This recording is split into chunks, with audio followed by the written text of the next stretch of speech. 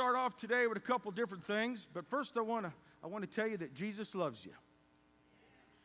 I want to tell you that wherever life is, wherever life's at, I'm going to tell you Jesus is still the light and the life to the world. Amen? All right, here we go. I'm going to talk a little bit here this morning. How many of you ever had some guilt? How many of you ever had some fear? How many have ever had some stress? How many have ever made some mistakes? How many have ever had some rejection? How many had some thoughts or ideas or whatever? I'm here to tell you that wherever you're at, whatever you're going through, that God's grace is bigger than any of those things. If you think that there is no hope or is He bigger than addiction? Is He bigger than anger? I heard Pat, stand up. Is He bigger than addiction? Is He? Did He give you a brand new life? And He's always loved you. And He's always had life available for you, inside and out, back and forth. And I'm not picking on Him, but there was probably a time in His life when somebody told you, I was there. He'll never change. He'll never be different. Life, we just need to wipe Him off the map and go on. Am I right? Am I lying? But He stands here today transformed and rearranged, not by how good we are, but by how good Jesus has been to minister to the very heart and life of His person. Am I saying that right? You're a brand new creation.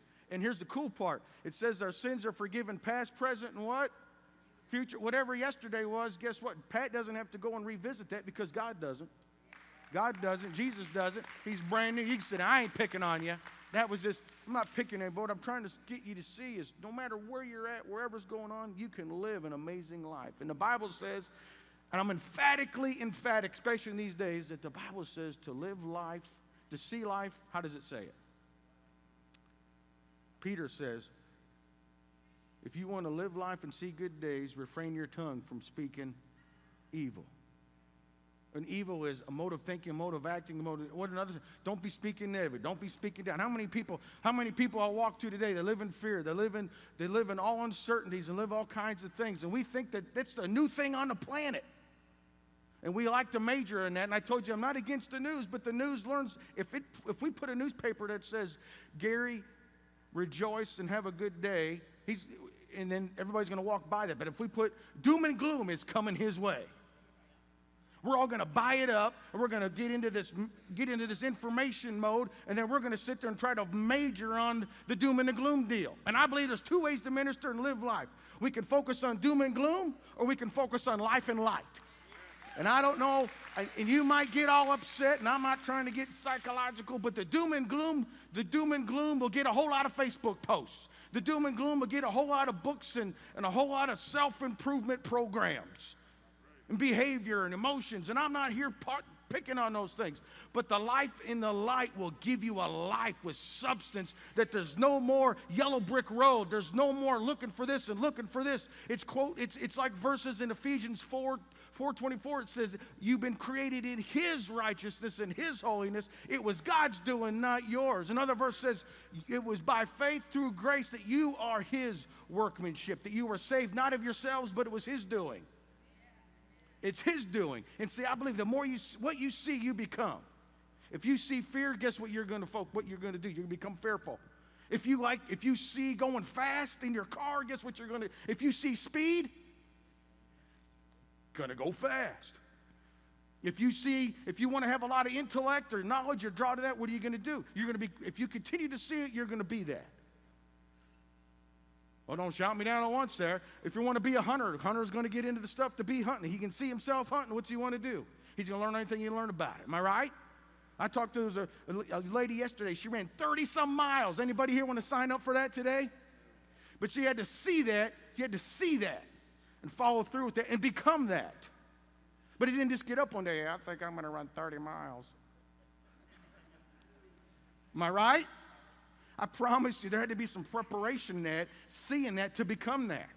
And sometimes the Bible, we don't need outside sources to interpret the Bible. You have the gift and the power of the Holy Spirit that you can connect the dots. And the more you can see how much He loves you and how much He cares for you, light and life will not be something you try to manifest. Light and life will be what you be. And as you be that, it will change how you be life, be doing life. Oh, don't shout me down at once. That's good news, is it not? Do you believe that the Bible tells you over and over, put on a new man, what was created by God in true righteousness and true holiness?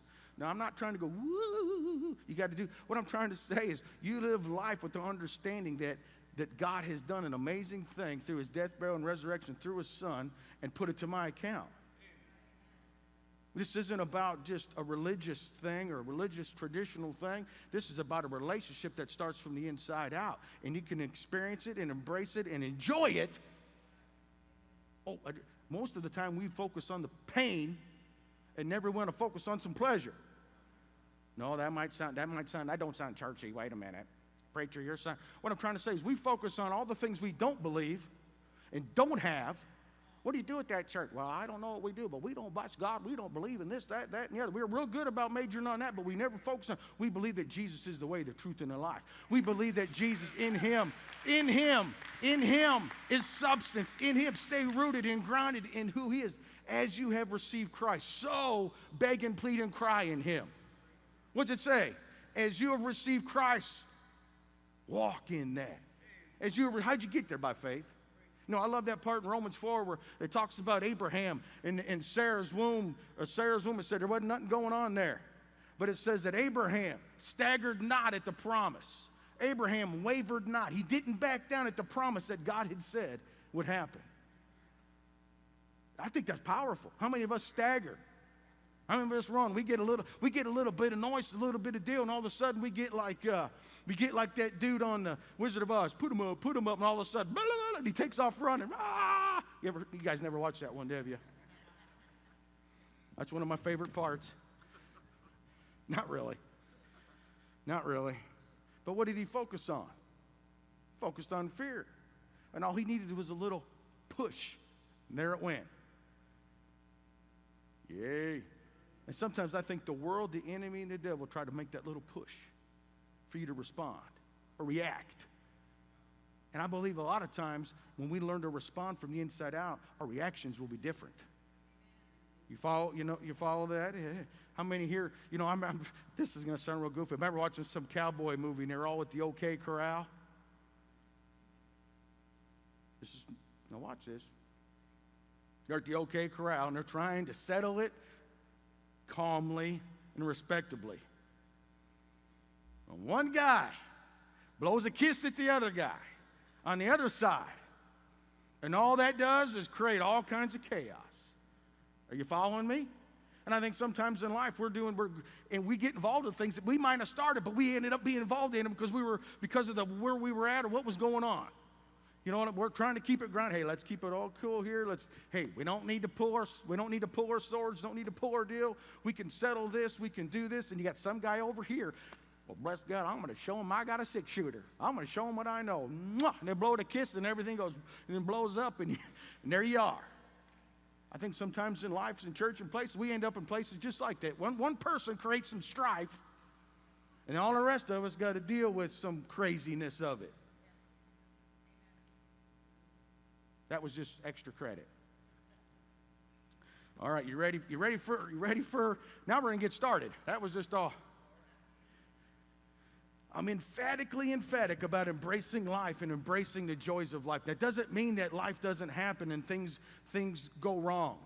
Please hear me when I say that. And how many here have heard of King David? Here's what I'm going to talk a little bit about today as I get started. Let me back up. How many heard of the 12 spies? I've talked about the 12 spies. And there was 12 of them that went into a promised land, and they came back with a good report. But then 10 of them said, it's really good, but there's giants over there, and there's all these big things and all this stuff, and we're like little grasshoppers. We can't do this. But if they backed all the way up to the beginning where God said, this is their land, I'm giving it to them. But who were the two people, Caleb and Joshua? Did they get to go into that promised land? What I'm saying is, those other 10 spies said, there's giants over there. The other two spies said, there's giant houses over there. There's giant food and crops, and there's giant things, and God says it's ours. I'm ready to go over there and take some of that giant stuff and embrace it and enjoy life. We might have to take the broom out and sweep some stuff out of there, clean out some dust and everything else. But the 10 that majored on the doom and the gloom never experienced the giant and goodness and greatness that God had for them because they were too convinced that they weren't enough. I'm here to tell you, to convince you that in Jesus, anybody in this room on the planet is enough. Is enough. And the more you see that, this isn't about a Dan Morrison religion or a Donna Cape religion or Larry and Linda religion. This is about a relationship with God the Father through Jesus Christ. Amen. And it's a relationship, it's not you. We got to articulate everything just right. Well, bless God, we got to pray it this way, that way. He knows your heart. That's what he responds to, your heart, not whether you said it exactly correctly. And I think a lot of times we get distracted because we're trying to say everything and do everything just correctly. And God says, I'm not here trying to ask you to do everything correctly. I just want your heart. I just want you. I just want to commune with you. The more I commune, the more we talk, the more this thing unfolds, and the more you begin to understand. Well, that was goofy. That was foolish. He understands the King Jameseth, and he understands Larryeth, and Garyeth, and Kenneth. Hey, that one worked pretty good. We call it Kenneth. And he understands Lindsayeth, and he understands Donnaeth, and he understands it, but what does he want? He wants you. Think about that. Out of everything on the planet, he wants you. He wants relationship with you. And the enemy tries to come around with that little blowing a kiss little thing to get you distracted, to get you so wrapped up in all this other energy and all this other focus that you were never intended to be at. See, sometimes we try to go to the corral. We didn't even, the okay corral, you should have just never went. That's a side note. You'll think about that later. All right, you ready? Here's what we're going to minister to you today. Ever heard of Psalms 23? And before we get to Psalms 23, I've been working my way up. Do you know that in the midst of that time, Psalms 23, that David was in the midst of a civil rebellion, of a civil war, that one of his sons had claimed the throne, said he was in charge, and set out to destroy and kill and take out his dad, and to do everything he could because he was putting himself in charge. He felt entitled. I don't know. But if you look at the story where David was at, he writes this beautiful psalm. He doesn't write it sitting down one day and the birds are chirping he writes it in the middle. He writes it in the middle. There's a civil rebellion. There's a lot of chaos. There's a lot of things going on when he writes Psalms 23. And has anybody ever heard of Psalms 23? Is it a new one? I've done funerals. I've done weddings. I've done youth Bible studies. We've done this. I don't think there's a person on the planet that hasn't heard of Psalms 23.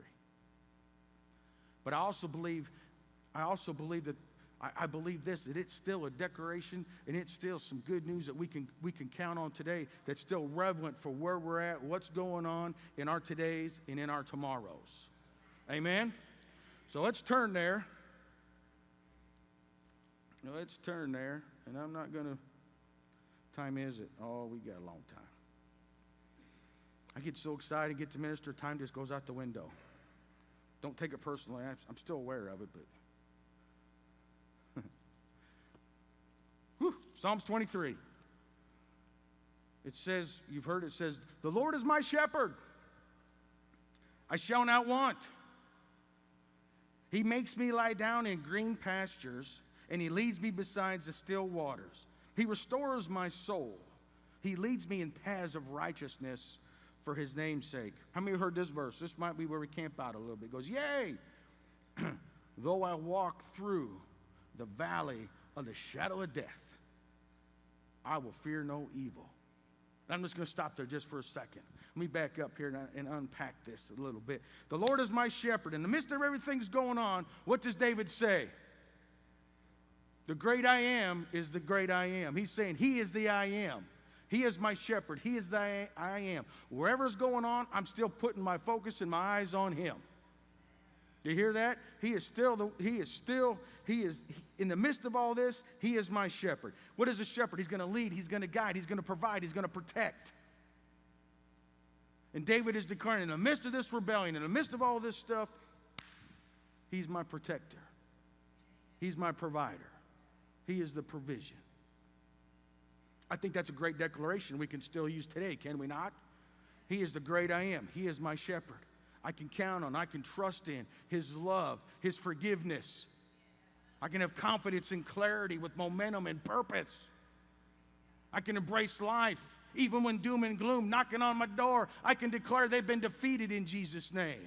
I can declare that greater is He that is in me than he that is in the world. I can declare that I will live and not die type an attitude, and it's a mindset that says, no matter what the enemy tells me, He's greater. No matter what the enemy tells me, He's greater. No matter what comes, this will work for your relationships. This will work for your work. This will work for you personally. When I say work, this will, if you embrace it, it will change the totality of your life. And you'll live beyond a big word, presuppositionalism. You ever heard that one? Cost me a lot of money to learn that one in class. I had a teacher, he talked like that all the time, and I was like, say what? What are you talking about, Willis? Remember that? What you talking about, Willis? I had to go get a book just to understand the book, to understand what they were telling me. I understood these big words were just a big word for a sentence. Instead of saying the sentence, we just use big word. Presumptual. Somebody say it.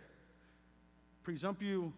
I got some new teeth. Some teeth they're working on in here, and sometimes it causes them to cross. Presuppositionalism. You know what that big word means? Pretty simple. Presume. We can live life with just beyond just, I presume that He loves me. You can live with clarity, I know that He loves me. You can live with an absoluteness, He loves me. And I don't care if you sit in the front row, the back row, this row, or this row. He loves each and every one of you the same. I don't care if you've been to church today or 100 years or never been to church. All I'm here to tell you is He loves you the same, and He wants you to believe that He's the way, the truth, and the life. He wants you to believe in that. He wants you to receive that. He wants you to see the importance of that. In the midst of the messages and lives of doom and gloom, you can have some clarity and some stability. Ooh, don't shout me down. I think that's good stuff. How many need that every day? And here David is in the midst of everything. He goes, you know what? I got some clarity. I got some purpose. There's a rebellion going on. There's a civil war going on. But I know He's my shepherd. I know He's my shepherd. And I'm going to count. That's where I'm going to set up my camp. And then he goes on and says, I shall not want. He makes me lie down in green pastures. How many like green pastures? Now picture for me a minute. You ever watch on TV those big Irish or big, slow down. You ever watch on TV or see pictures of the green meadows and the valleys? And I'm trying to think, Scotland or someplace, they show the mountains. Or ever been to Hawaii? My sister lives there. There's green everywhere.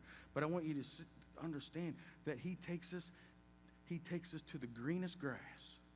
He takes us to the meadow and the valley in that green grass where we can feed the best of the best. It's got the most moisture, the best resting place.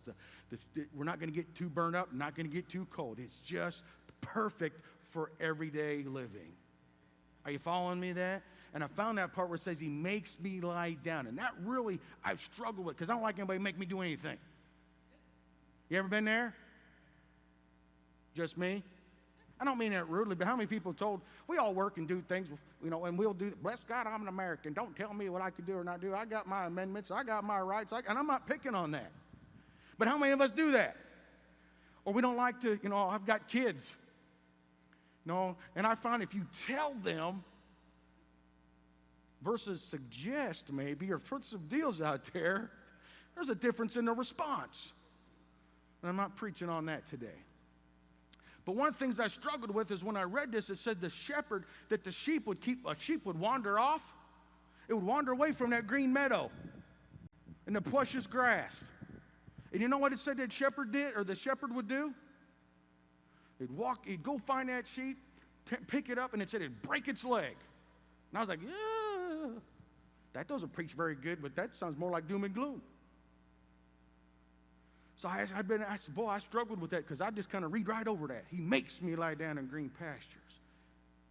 And then I started, this is just Dan Morrison, I started to see through the death, burial, and resurrection, the new life, the gift of the Holy Spirit, that what he does is it allows me to see that that old man was dead, that that old mindset was dead, that yesterday's been paid for, that there's been forgiveness put to my account. There's been different things that happen, and what it causes me to do is realize it makes me, in the midst of chaos, in the midst of craziness going on in the world, it makes me keep my focus in my eyes on him and declare, I am his masterpiece. He is for me and not against me. You see, it makes me change the direction and my focus and how I do life because he wants me to live in that valley, not in the valley, in the meadow. In the meadow of that green grass and feed there because he knows there's substance and there's life. You can feed on righteousness and joy and peace, but some of the time it costs you to walk away from all that trash. No? Yes? That makes me want to shout. Get all excited. Because sometimes in life, you got to, people, we've been talking on Wednesdays and Thursdays, people think everything just happens by chance. I believe life doesn't happen by chance. There could be times of that, but there's still, I still believe as a believer, we have the ability to make choices and decisions that affect our todays and tomorrows. And part of it is, even it says there in Colossians, one of my favorite places, it says, season your words with grace. Season your words with grace. And see, when you start sharing the love of Jesus, I think in a person that's struggling with relationships or fear, even addiction, when they begin to feed on, he is my shepherd, it causes a reaction that it makes you want to change your mind because you want this life that he died to give you. You want this life. You want to embrace it. You want to experience it. You don't want to just hear about it from somebody else. You want to experience it right here. Because how many here are tired of the yellow brick road? How many are tired of, people thought, remember the movie Scrooge? They didn't think he could change, but he got around some people that had a different outlook on life, and it changed the very direction of how he did life. He thought all people were bad. And he worked because that's all he knew how to do was work. Had always nobody else. But the point was he visited the past and present, but he had an experience. He had to change a future. I'm not preaching Scrooge, but I'm here to tell you that anybody can change, and it's that love and that kindness and that grace that's being presented and shared with the world. Not finger point and see a weak gospel will finger point, condemn, beat and thump. But a great gospel will declare his love. A great gospel will declare who you are. A great gospel will empower you as a son. A weak gospel will just keep you treading the treadmill as a servant trying to get somewhere. A great gospel will allow you to rest. It's his victory. He is my shepherd. He's the one that did it all for me. Amen? Yee-hoo. So when he makes me lie down, part of me, I'm going to change the way I'm thinking about this. I'm going to change the way I'm acting about this. I'm going to change the way I'm speaking about this. I'm going to change the way I'm thinking about this. I'm going to change the way I'm doing this. Bless God. See, that part right there, everybody wants to, there's no secret. I'm not trying to give you no secret formula. I'm just here to tell you, if you embrace this, it will change your life. It will change your life. But I'm here to tell you, there's two ways to embrace life, doom and gloom or life and light. And I can't make you do anything. I think the Bible has a little deal. Choose. Choose. In the middle of David being chased down by his own, could you imagine your own, you know, if my kids were coming at me to kill me? Take my whatever it is they want? The kingdom, they can have my kingdom as far as I'm concerned. Not going to get a whole lot there. But if my kids were chasing me down, how would you respond to that? What does David do? You know what he does? You're going to blow it. This even blew my mind. He leaves and goes to a town called, I'm going to call it Anaheim, but it's not that. It's Manahem. He leaves Jerusalem, goes to Manahem. And you know what Manahem means? When I was looking it up, he went to God's camp. And it was where Jacob fights where Jacob has a fight, and then you know that Jacob gets his name changed to Israel and all those stories. But David leaves and goes to God's camp. And I thought, wow. When we begin to trust in what he's done, we get to camp at his camp. We get to camp and hang out. It's his fire. I don't know about you, but I don't know if his fire it'll ever run out. We don't have to worry about the rain getting on the logs and all that stuff. Are you with me still? I didn't get very far. Then it says he leads me besides the still waters. Whew. He restores my soul. He leads me in the paths of righteousness. How does he restore your soul? By leading you in paths of righteousness. By leading you in paths of that you are close and clean, not dusty and dirty. He leads you in paths. He leads you by the sides of still waters that's calm, collected, sober, clarity, tranquil. Whew. For whose name's sake? For his name's sake. Whew. David saying, in the midst of all this, I'm calm and collected. In the midst of all this, I'm in his meadow. In the midst of all this, he's restoring me. And then he goes on and it says, and then it goes right, he goes, yea, though I walk through the valley of the shadow of death, I will fear no evil. Yea, he goes, man, even though I'm going through some stuff in my marriage, even though I'm going through stuff in my family, even though I'm going through some stuff in my finances, even though I'm going through stuff at my workplace, even though I'm just going through some stuff, even though, some people aren't just, I said it last week, people aren't just struggling with sin, they're just struggling. They're not struggling between right and wrong. They're just struggling to find their place, their dot on the map. You ever get on them road trips and you look on the big map and try to find where am I at? And people are just trying to struggle. Where am I at in this dot? Or where's the dot where I'm at? How are you ever going to say that? My page turned. I can't preach Psalm 18 today. Because even though I'm going through some stuff, even though I'm going through the valley of the shadow of death, what is it talking about there? It's behind rocks and all different things. At any moment, death was, how many here know death is real? Death is real. I can believe there's two other people. You're either alive in Christ or you're dead in the world. Ooh, don't shout me down. That's pretty mean. I believe you're either lights on Jesus or you're not. There's two different kinds. Either spiritually alive or spiritually dead. No matter how good a person you are or not. But he goes on, even though I go, and I remember, I think in Hebrews 2:14, it says that Jesus destroyed him who had the power of death. Oh, watch this. That is the devil. That's what he's saying. He one time he thought he was big. He was big boy on campus. They had a big party on Friday and Saturday. But on Sunday, it was a brand new day. But on Sunday, Jesus rose up from that grave and says, I now have the keys to death, hell, and the grave. And as long as I have the keys, you have the victory. You have resurrection life. What does that mean? What it means is death, the despair, whatever the shadow is, it's not going to be what consumes you, because you know greater is he that is in you than he that is in the world. And sometimes in life, I'm here to tell you the struggle is real. How about the one that struggles? He does everything right. Goes to church on Sunday, reads his Bible, he prays, doesn't cuss, doesn't swear, doesn't smoke, doesn't drink. Dresses polite, does it all. But yet, what is the struggle sometimes? The struggle sometimes, it isn't just on the behavior and the emotion. Sometimes the struggle is real, trying to find your spot, the dot on the spot to embrace life. And sometimes it gets twisted around because you see other people that are just messed up. You think they're all messed up, but they look like they're having fun. Struggle's real. Or I'll throw myself in there. I don't like being transparent. I do. I don't. There's a couple, I know the preacher comes, he has to be here on Sunday. Does he not? But there's a lot of times the preacher like being in his boat on Sunday. Struggle is, I don't mean what I'm trying to say is, there's times of being in my boat. But then there's times I'll make a plan. Oh, I can't do that today. I got to be somewhere on Sunday.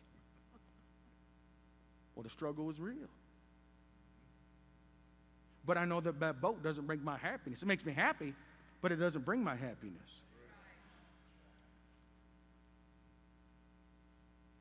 Struggles, maybe you in here, are different things, or we look at what other people are doing, and we wish we could be doing that on a weekend. Oh, don't shout me down once on that. Everybody's just like, well, preacher, you got problems. No, what I'm trying to tell you, sometimes the struggle is real. Sometimes the struggle is real. You know, people don't like the word responsibility. People don't like the word of being accountable. And I'm not picking on those things, but when you have a transformed life, those things aren't such big issues. But sometimes they can still be a struggle. And David turned around. He's king. He's king. But what is he doing? He's being chased down in a civil war by his own. Was he going through some stuff emotionally? Was he going through some stuff? All kinds of crazy ways. And he tells his people, don't you touch my son. Don't you touch my son.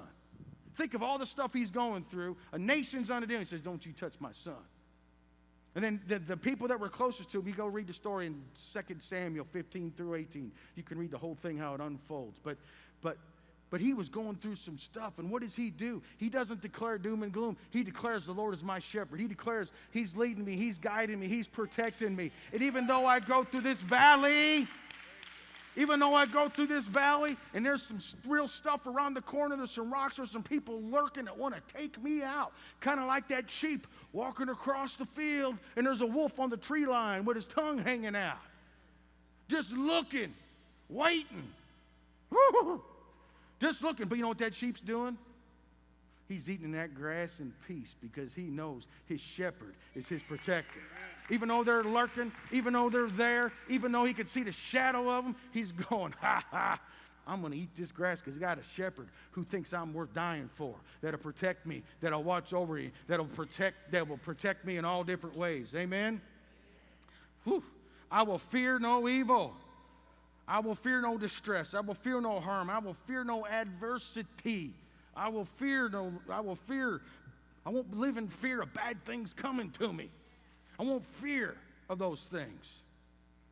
And watch why. Why does he declare that? Read the next verse. I haven't said it to you because this is why. What does he say? Whoa, yea, they'll walk further. For you what? What does he declare? All that stuff's coming on, but I'm going to declare. I know that stuff's, the struggle is real. The struggle is happening. There's stuff running, but I know that I don't have to live in this fear. Why? Because you are with me. You are with me. That is the reality that you and I, all of us around, need to grab a hold of. He is with me. That's worth shouting and getting excited for. That's worth running across the deal. And keep going. He is with me. I got this deal. I'm going to do whatever it takes today. I'm not doing that again, no. You need to get, what I'm saying, sometimes you need to get excited because the old devil, he doesn't spare nothing to try to get you to live in fear. He doesn't spare nothing to try to get your eyes off the good news. He wants you to focus on a weak gospel. And the Father says, I've given you a great gospel. I've given you a life-changing gospel. One that's not burdensome and hard, but the one that says, if you'll yoke up with me and watch and learn how I do it, it will give you your life back. Amen? And I look at it this way. I was watching somebody eat the other day. You ever have a good steak seasoned with everything? You ever have good food? You sit down and eat it? And my wife, you ever heard of a Brazilian restaurant where they just make the food? I can't remember the exact name of it, but man, they give you a green to keep eating, red to stop. I just keep it green. And I take my wife there. We're going to experience, boy, it's good. I don't know how they season it. It's good. I mean, my mouth is having an experience like it's never had before. All these taste buds are just going, I love you. Thank you. Bring me here again. Bring me here again. And my stomach's doing the same thing. They're in sync. They're going, man, this is awesome. And my wife raises her hand.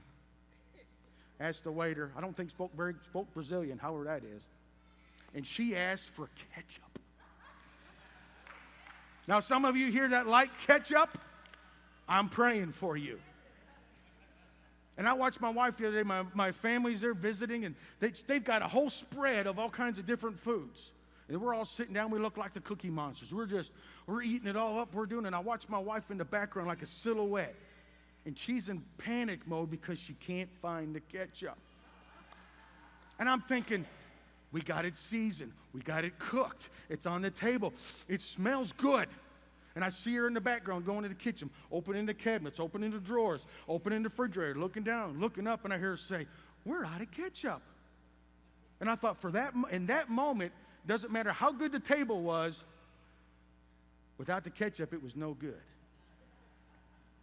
And I thought in that moment, how many people in life try to have all the right ingredients, the right preparation, the right table, the right food, the right seasoning, the right everything, the right appearance, but yet they're unsatisfied.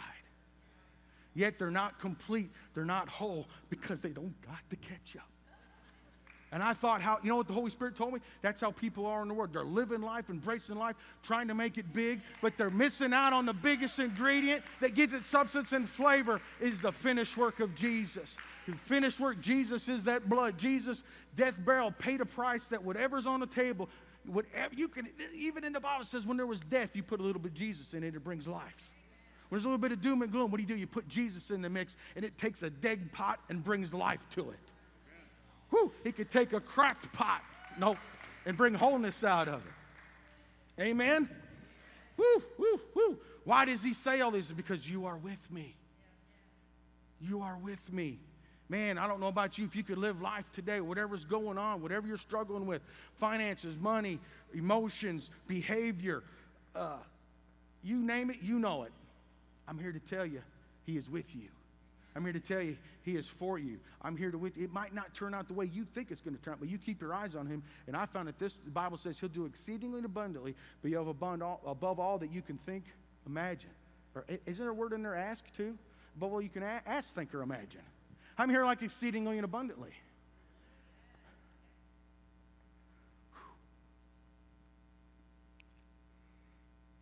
We're doing all right? Is it time to go home yet?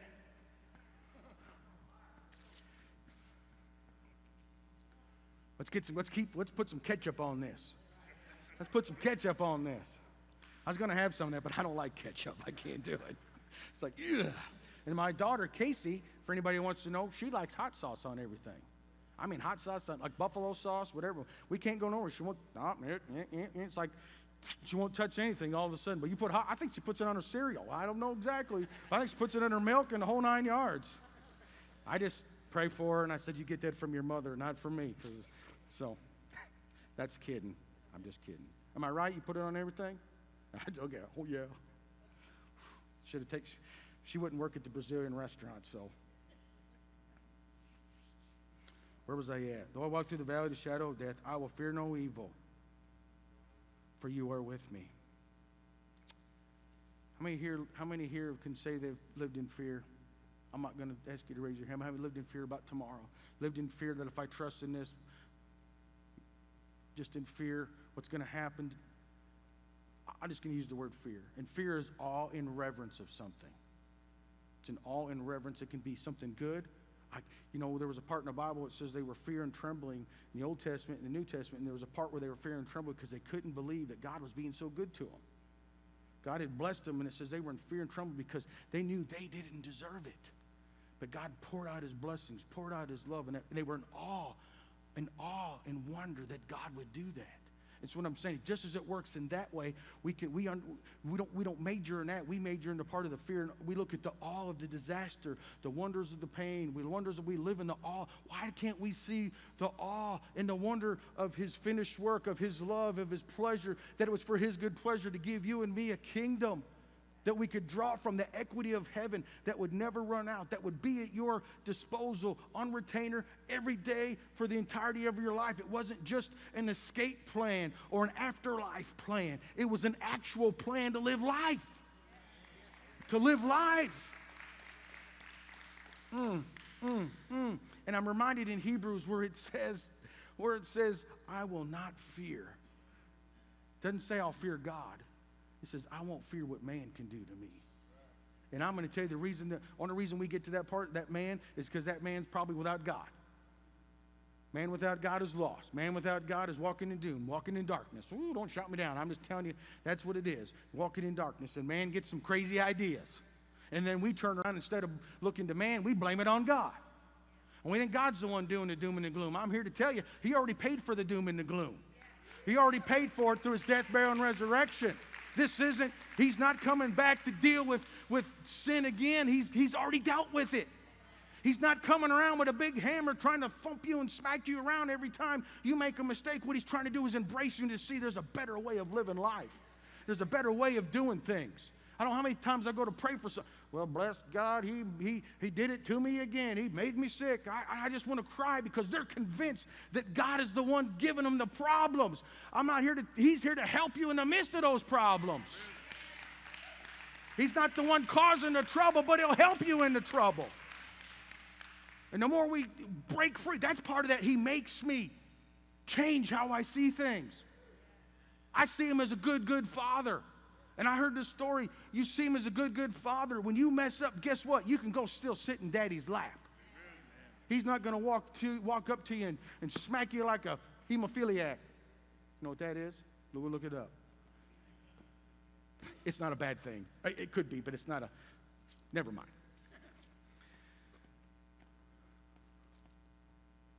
Getting there. I will fear no evil, for you are with me. Your rod and your staff, what do? They beat me and thump me. What do? His rod and your staff. Again, I see that I see the picture of the cross. Rod and a staff. He will lead and guide and give us direction, meaning, and purpose through what Jesus accomplished for us. Again, through his finished work, death, burial, and resurrection. John looked over and said, behold, look, the Lamb of God, who does what? Beats and thumps, causes trouble in your life. It says, who takes away the sins of the world. The sins of the what? Takes it away. Whew, that'll change your world. And I believe that the world would see that more, we would have a whole lot less chaos than what we got. We'd have a whole lot more stability and peace. There'd be a whole lot more green pastures in our lives. All right, we're about ready. I don't know if I'll finish this or not. You prepare a table before me in the presence of my what? You prepare a table in the presence of what? My enemies. He prepares a table in the presence of my enemies. Here's what I want you to see here. Please grasp this. We've been unpacking this. I've already said it. In the presence of your enemies, you can still eat and rest in peace. You can still come to the table. There's all kinds of stuff going around. Things are happening. I use the word, the struggle is real. But I'm not going to focus on the struggle is real. What I want you to see is in the midst of whatever the enemy is, you can still be at rest. Still be at peace. Still be able to relax. Still be able to see life, live life. Live life. Amen? And I think when you get to that point, when you know that there's enemies all around you and you can still rest and relax in his provision, what do I mean by that? You can rest and relax in there's a new and living way. You can rest and relax in we have greater promises that have been put to our account. We can rest in there's a new way of doing life. The old man is dead and gone and buried, and I've raised up with a brand new way of doing life. That old man is dead. And what's that do? It changes your thoughts, changes your thinking, changes your vocabulary, changes how you walk, changes your disposition. Changes your disposition. Changes your disposition. And it helps you. I love that Colossians, because I think in this journey, we need to learn how to articulate. And you know, when the early Christians went about, they didn't go about saying, we're going to have an evangelistic meeting and go out and do all this. It was their life that was changed, that attracted people and got their attention, because they wanted to know what Lindsay's got that makes her tick like she ticks. She wanted to know what Miss Debbie's got to make her tick like she ticks. It was a transformed, changed, rearranged heart. Not just a behavior modification. And I'm not against all that. Anyhow. And I think when you get to that point where you can in the midst of your you can be at rest, you can relax. Lord, help me to unpack this. And it says, you anoint my head with oil, and my cup runs over. You anoint my head with oil. Can I tell you, when they were, Brother Jim, tell me if I'm right, preacher. When they would go and get a new king, he would be anointed with oil. He was selected as the king, as the leader of that nation at that time by the high priest. You following me? And then David says, you've anointed me. You have anointed me, your masterpiece. You've selected me. You've called me. I am your workmanship. And when we get to see this here today through the lens, through what Jesus done, He has selected, He has called you, He has embraced you, He's anointed your head with oil. And when you begin to see that, your cup can run over. You can run over with some joy. You can run over with some peace. Your cup runs over because He's embraced you in every way and every day. And when you can see that, my cup runs over. I am His masterpiece, created by, think about that. What is He saying? I selected you. I've given you my authority. Are you getting that? Want me to do it again? I'm going to tell you the good, you know, remember old Mike? I think of Mike when he said, it's the good news. He doesn't just like me, he really loves me. And when Mike was so convinced that he was like Tigger. He didn't, but here's the cool part. He wasn't running on store-bought caffeine. He wasn't running on tourist attraction, fake Rolex watches. He was living on God's caffeine. He's living on God's caffeine. I'm here to tell you, David was running all the things he was going through. He was living on God's caffeine. He was living on substance, clarity. In the midst of a civil rebellion, he was living going, God, you selected me. My cup runs over. My cup runs over. Oh, my goodness. My cup runs over. And then what does he do? He's so convinced that the cup runs over that the next verse he says, surely goodness and mercy. He says, absolutely, positively, exceedingly, above all I could think or imagine, His goodness and His mercy. His goodness and mercy. What does he say? I need to tape this thing closed. He says, surely goodness and mercy shall follow me all the days of my life. And I even go a step further. When you receive Christ, that goodness and mercy isn't something on the outside chasing you down. It's something on the inside that's coming out of you. It's coming out of you. Goodness and mercy is coming out of you. And it says it'll follow me how many days of my life? All the days of my life. And it says, I will dwell in the house of the Lord. That one right there, I can unpack a whole service on. I will dwell in the house of the Lord forever. Because in that time period, where was the presence of God at? In the temple. So if David wanted to visit God, he went to the temple. I would dwell in the house. And what was his desire? What was his desire? To live there. What was his desire? To live it. In the midst of all this, God, I know it, but I want to live at I want to live in constant communion with you, in constant relationship. I want to feed it. That's where I want to be. And I'm here to tell you, if you believe in Jesus, that's where you are. How do I know that? Because it says, Christ in you, the hope of glory. It says, you are now the temple in which God dwells. David's desire has become for you and me, Christian, the reality. And I think that is powerful. He longed for what you and I got today. He longed for what you and I have been given today. He longed for that. And I'm here to declare, the more you see that, the more that will become your reality. And the more you'll respond and react and know that goodness and mercy is not something out here, which it is, but it's in here. And I don't know about you, it's more important what comes out of you. But also, as a man thinketh in his heart, so is he. Without a vision, you do what?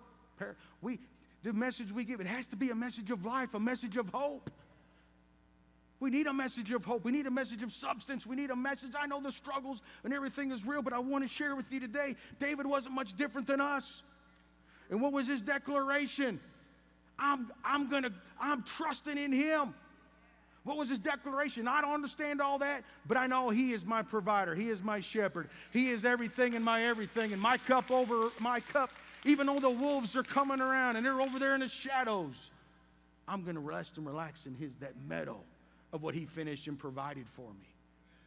And then I'm going to live life and see good days. Fear, I think we sing a song in here, fear has been defeated. Why can't we grab that? think part of the nature is we're good at grabbing onto the scary things. I'm not going to say that. I'm done. But I want to encourage you, whatever's going on in life, whatever's happening in life, whatever's going on, you might have everything looking good and looking great. How do I want to say it? What do I do with it? Huh.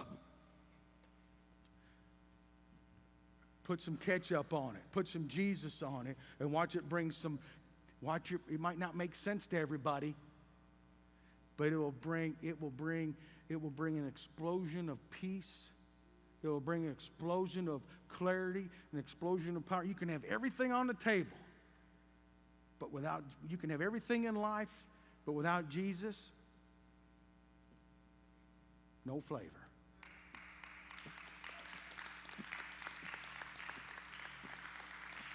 And this isn't I'm just telling you, let's live life and see good days. Let's grab us. I know some of you are tired. Some of you are, I get older, I don't bounce back as like I used to. But I don't cry about it either. Maybe I do. Yeah, I do. Did you get anything out of this today?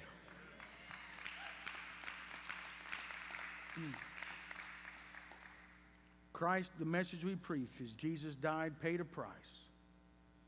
He paid for all the things that would ever separate us from a relationship with God. He doesn't want you just to go to the afterlife. He wants you to live and embrace life in and through Him, trusting in Him, relying on Him. And that might maybe look a little different the way you're taught. He's not asking you to put on a suit and tie. He's not asking you to comb your hair a certain way. He's asking you, do you believe that Jesus paid a price? Do you believe that He died so that you could embrace life every day in every way in a new way? He died. He died. And the world will give you a full plate, make it look good, but without the ketchup, pretty soon it's just substance, just roughage. And then pretty soon it ain't doing any good for you. I even tell people, don't just come. Can I stop? But can I tell you this? I know people that they're going through all kinds of stuff. You know what they'll tell me? I just need to go to church. Now, that might sound, I would tell you yes, but at the same time, if you just go to church, to go down and sit down, to sit here, how you doing, brother? Good to see you. We sit here, and then you get up and you leave. Well, I went to church. God, you got to do something. I got my brownie points. I got my merit badge. You see, I got it signed. I got my deal signed. My point is, don't come to church just to get a merit badge or some brownie points. You come to church because in order to have real growth, you got to change. But a lot of people just go to church, going through some addictions, going through struggles, and they show up and they don't leave any different because all they thought is if they just went and sat down, it would make them different. The difference comes in when you embrace Him and grab a hold of Him. Again, that's the ketchup. You're never going to look at ketchup the same. Amen? Oh, I heard somebody just say that. It goes on everything, and it goes with everything. Jesus goes with everything. All right. Stand to your feet. I want to keep going. Whoo-wee.